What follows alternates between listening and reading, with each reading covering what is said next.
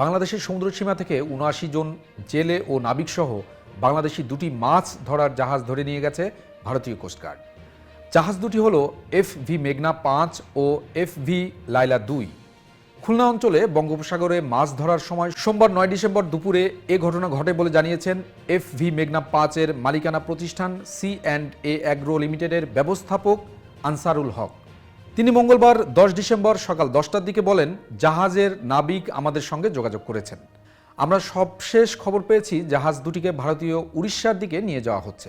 তিনি বলেন, আমরা সামুদ্রিক মৎস্য দপ্তরকে চিঠি দিয়ে বিষয়টি জানিয়েছি। এ বিষয়ে কূটনৈতিক হস্তক্ষেপ দাবি করে তিনি বলেন, জাহাজ দুটির বিষয়ে কূটনৈতিকভাবে মোকাবেলা করা প্রয়োজন।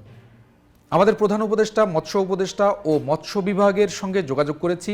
তাদের পক্ষ থেকে কিছু জানানো হলে সে অনুযায়ী আমরা পদক্ষেপ গ্রহণ করব।